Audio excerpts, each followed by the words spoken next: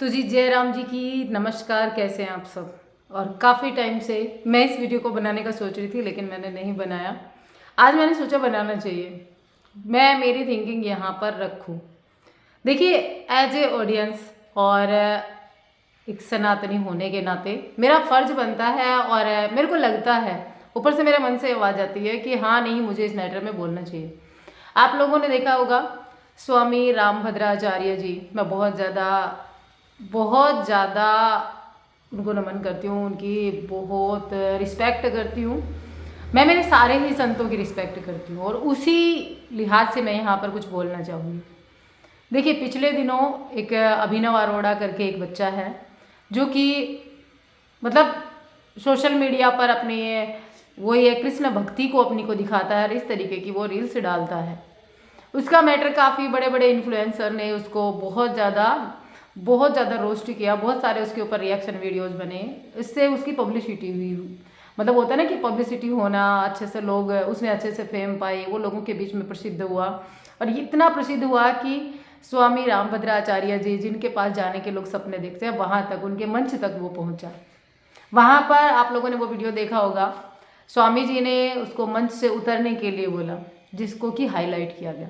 यहाँ पर सबसे पहले तो मैं इसी चीज़ को यहाँ पर क्लियर करना चाहूँगी मेरे पॉइंट ऑफ व्यू से, लेकिन उससे पहले एक बात और बोलना चाहूँगी कि आजकल आप देख रहे होंगे, आप हमारे पता है सबसे ज़्यादा हमारे सनातन धर्म में और हम हिंदुओं में एक कमजोरी रही है कि हम लोग मेन जो चीज़ होती है ना, जिसके ऊपर हमें फोकस करना चाहिए, जिसके ऊपर हमें बोलना चाहिए, हम वहाँ ना बोल करके हम लोग आपस में ही एक दूसरे के ऊपर छींटाकशी करने लग जाते हैं और यहीं से बहुत सारी प्रॉब्लम्स हमारी पैदा होती हैं।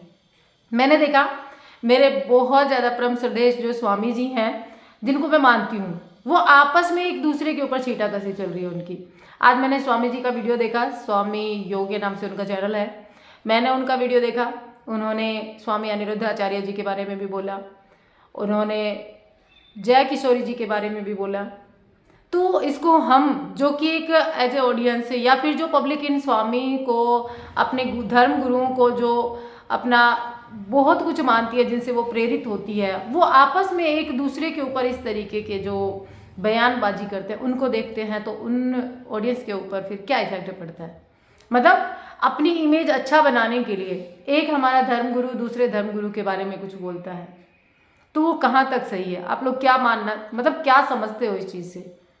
मैं मेरा पॉइंट ऑफ व्यू यहाँ पर अभिनव अरोड़ा पर भी आऊँगी, लेकिन पहले ये चीज़ कि अपने ही धर्म गुरु आपस में एक दूसरे के ऊपर जब बोल रहे हैं, चाहे पॉइंट कोई भी हो। देखिए, यहाँ पर स्वामी अनिरुद्ध आचार्य जी जो हैं, उनके ऊपर बहुत सारे रिएक्शन चैनल वाले बहुत दिन से वीडियो बना रहे थे। मैंने सोचा चलो कोई बात नहीं, वो होता है ना कि जिसके पास जितनी बुद्धि वो उतना ही बोलेगा। उनको ये भी मान सकते हैं कि वो हमारे सनातन के बारे में उतना ना सोचते हों, इसलिए वो बोलते हों। लेकिन जब धर्म गुरुओं को जिनको हम देखते हैं, वो हमारे धर्म शास्त्र जो है उनकी हमें शिक्षा देते हैं, वही एक दूसरे के बारे में इस तरीके से बोलते हैं, तो फिर हम क्या समझेंगे? तो हमें क्या करना चाहिए? आपके ऊपर मैं ये बात छोड़ती हूँ कि आप लोग बताना कि यहाँ पर अपने परम श्रद्धेय स्वामी जी जिनको हम इतना मानते हैं, वो ही एक दूसरे को नीचा दिखाने में तुले हों, तब हम क्या करें? यहीं से हमारे पतन की शुरुआत होती है। देखिए, यहाँ पर स्वामी अनिरुद्ध आचार्य जी जो हैं, उनके ऊपर बहुत सारे रिएक्शन वीडियोस बने, उन्होंने कुछ भी बोला, ठीक है, सबने अपना अपना पॉइंट ऑफ व्यू रखा, लेकिन मैं मेरा रखना चाहूँगी। देखिए, अपना आपने देखा पहले शुरू में एक ऐसा भी जमाना था जब टीवी नहीं होते थे, धीरे धीरे चेंजेज आते गए, हर एक चीज़ में चेंज आया। आज हम जहाँ पर बैठे हैं, यहाँ पर सोशल मीडिया का ज़माना है, ठीक है। लोग हर चीज़ को, पहले पढ़ाने का तरीका अलग होता था, बाद में थोड़ा चेंज हुआ। आजकल स्मार्ट स्क्रीन्स लगी हुई हैं स्कूलों में, उसी के अकॉर्डिंग बच्चे पढ़ते हैं। हर एक चीज़, मतलब टेक्नोलॉजी इतनी बढ़ गई कि हर चीज़ में चेंज आया। यहाँ पर स्वामी अनिरुद्ध आचार्य जी जो हैं, वो अपना जो पॉइंट ऑफ व्यू रखते हैं, उसमें वो आजकल जिस तरीके से लोग बोलचाल में जिस तरीके से बोलते हैं, जिस तरीके की लैंग्वेज समझते हैं, जिस तरीके से टीवी वगैरह सोशल मीडिया पे सारी चीज़ें देखते हैं, उसी लैंग्वेज में वो सब उनके सामने रखते हैं। उसमें गलत क्या है? मतलब उन्होंने कोई गलत शिक्षा नहीं दी, उन्होंने लोगों के जो बुरे ऐब थे उनको छुड़वाने के लिए ही बोला उन्होंने ऐसा तो नहीं कहा कि भाई आप ड्रिंक करो, आप ये करो, आप अपनी वाइफ की पिटाई करो, या फिर कुछ भी गलत शिक्षा उनके बयानों में नहीं मिलती। बस उनका बोलने का तरीका अलग होता है। तो क्या वो इतना चेंजेज आया, तो क्या उनका बोलने का तरीका वो सेम वही जो धर्म शास्त्र जो पहले आज से 100 साल पहले जिस तरीके से पेड़ के नीचे बैठ के शिक्षा दी जाती थी, वैसे ही हम सोचते हैं कि वैसे ही मिलेगा? लगता है आपको? उतना चेंज तो आना बनता था ना, उतना चेंज वो आया। हाँ, मानती हूँ आज के समय में भी बहुत सारे स्वामी हमारे ऐसे हैं जो कि सेम उसी तरीके से अपने प्रवचन देते हैं। जैसे कि स्वामी जी ने यहाँ, मैंने जिनका जिक्र किया कि उनका मैंने वीडियो देखा, उन्होंने बताया कि वो अपनी जो कथाएं हैं वो इस तरीके से सोशल नेटवर्किंग के थ्रू इस तरीके से नहीं करते, ठीक है। वो डोनेशन नहीं लेते, ठीक है। पब्लिक जो है वो डोनेशन देती है, जिससे कि स्वामी अनिरुद्ध आचार्य जी जो हैं वो डोनेशन के बदौलत बहुत सारे अपने जो भी क्रियाकलाप हैं, जो दान पुण्य है, वो कर पाते हैं। लेकिन अगर स्वामी योजी नहीं ले रहे और अनिरुद्ध आचार्य जी ले रहे हैं, तो इसमें स्वामी अनिरुद्ध आचार्य जी ने कोई गलती कर दी क्या? उनको मतलब बाकी जो हैं उनको ये राइट मिल गया कि वो उनके बारे में गलत बोलें? बहुत सारी पब्लिक उनको फॉलो करती है, वहाँ उनके पंडाल में बैठती है, उनसे मिलने के लिए घंटों लाइनों में लगती है, वहाँ पर पहुँचती है। क्या उनकी श्रद्धा को ये, उनकी भक्ति को ये ठेस पहुँचाना नहीं होगा? क्या यहाँ पर हमारे ही धर्मगुरु आपस में झगड़ते हुए अच्छा लगते हैं, एक दूसरे को नीचा दिखाते हुए अच्छा लगते हैं? यहाँ पर जया किशोरी जी के बारे में भी कहा गया कि उनको, मतलब मैं ये नहीं कहूँगी कि पर्टिकुलर उन्हीं के बारे में कहा गया, ये चीज़ स्वामी जी ने बोली कि लग्जरी लाइफस्टाइल लेते हैं, गाड़ियाँ खरीदते हैं, ये खरीदते हैं, वो खरीदते हैं। देखिए, उन्होंने मेहनत की, वो यहाँ तक पहुँचे, उनका इंटरेस्ट है। वो साधु संत नहीं है जिन्होंने मोह माया छोड़ दी हो, उन्होंने वैराग्य ले लिया हो, उनकी पत्नी नहीं हो, उनके बच्चे नहीं हो, उनकी फैमिली नहीं हो, वो उन साधु संतों में से नहीं है। वो बाकायदा अपनी पूरा परिवार रखते हैं, अपने जो भी कथाएं सुनाते हैं, प्रेरक स्टोरियां जो सुनाते हैं वो सुनाते हैं। उनके बदौलत उन्होंने कोई ज़बरदस्ती नहीं की, जो डोनेशन उनको मिलता है वो लेते हैं। और ऐसा तो नहीं है कि सबको एक ही भेड़ चाल में चलना चाहिए, सबका अपना अपना पॉइंट ऑफ व्यू होता है।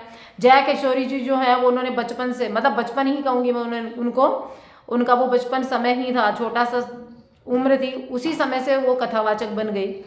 उन्होंने बहुत सारे लोगों को प्रेरित किया कि हाँ भाई, अपने धर्म की तरफ उन्होंने अग्रसर किया। बहुत सारे लोग अनिरुद्ध आचार्य जी को देख करके, जया किशोरी जी को देख करके अपने धर्म के बारे में जानना, मतलब जाना, जिन लोगों ने अपनी धर्म स्टोरी जो है वो सुनी, उनका सुनाने का वो तरीका था कि लोग सुनना पसंद करते थे। उनका सुनाने का वो तरीका था कि वो लोग सुनना पसंद करते थे, तो उन्होंने उसी चीज़ को फॉलो किया। यहाँ पर उन्होंने गलत क्या किया? अगर उन्होंने अपनी लाइफस्टाइल में वैसे ही जो कि एक नॉर्मल इंसान रखता है वो रखा, तो उनकी गलती क्या है? अनिरुद्ध आचार्य जी अपना लिविंग स्टैंडर्ड वैसा रखते हैं, तो उनकी गलती क्या है? उन्होंने मेहनत की, वो यहाँ तक पहुँचे, अब पब्लिक उनको सपोर्ट कर रही है। अब ऐसे में जो अपने धर्म गुरु हैं उनका क्या मतलब कर्तव्य बनता है, उनको क्या करना चाहिए? अब बात करते हैं अभिनव अरोड़ा की। देखिए, अभिनव अरोड़ा मंच पर पहुंच गए, वहां पर उन्होंने मर्यादा भंग की, मंच की श्री स्वामी रामभद्राचार्य जी के अनुसार वो मर्यादा भंग हुई। वहां पे उनको वो जयकारा नहीं लगाना चाहिए था, उन्होंने उसको टोक दिया। क्या उस चीज़ को इतना हाईलाइट करना चाहिए था? वो एक बच्चा था, 10-12 साल का बच्चा था, एक इतना बड़ा सत्पुरुष उसको अगर किसी चीज़ पर टोक देता है, कौन सा बड़ा काम हो गया? क्या हमारे माँ बाप घर में टोकते नहीं है किसी चीज़ के लिए? कौन सा बड़ी बात हो गई थी कि भाई अभिनव अरोड़ा को बोल दिया? अभिनव अरोड़ा है, एक छोटा सा बच्चा है, उसको उतनी नॉलेज नहीं है, वो अपने हिसाब से जो भी कर रहा है, मैं इसमें उसका कुछ गलत भी नहीं कहूँगी, मैं उसको सही भी नहीं कहूँगी। उसको जिस तरीके से गाइड किया गया उसने किया, उसको नॉलेज ही नहीं है, वो बच्चा है।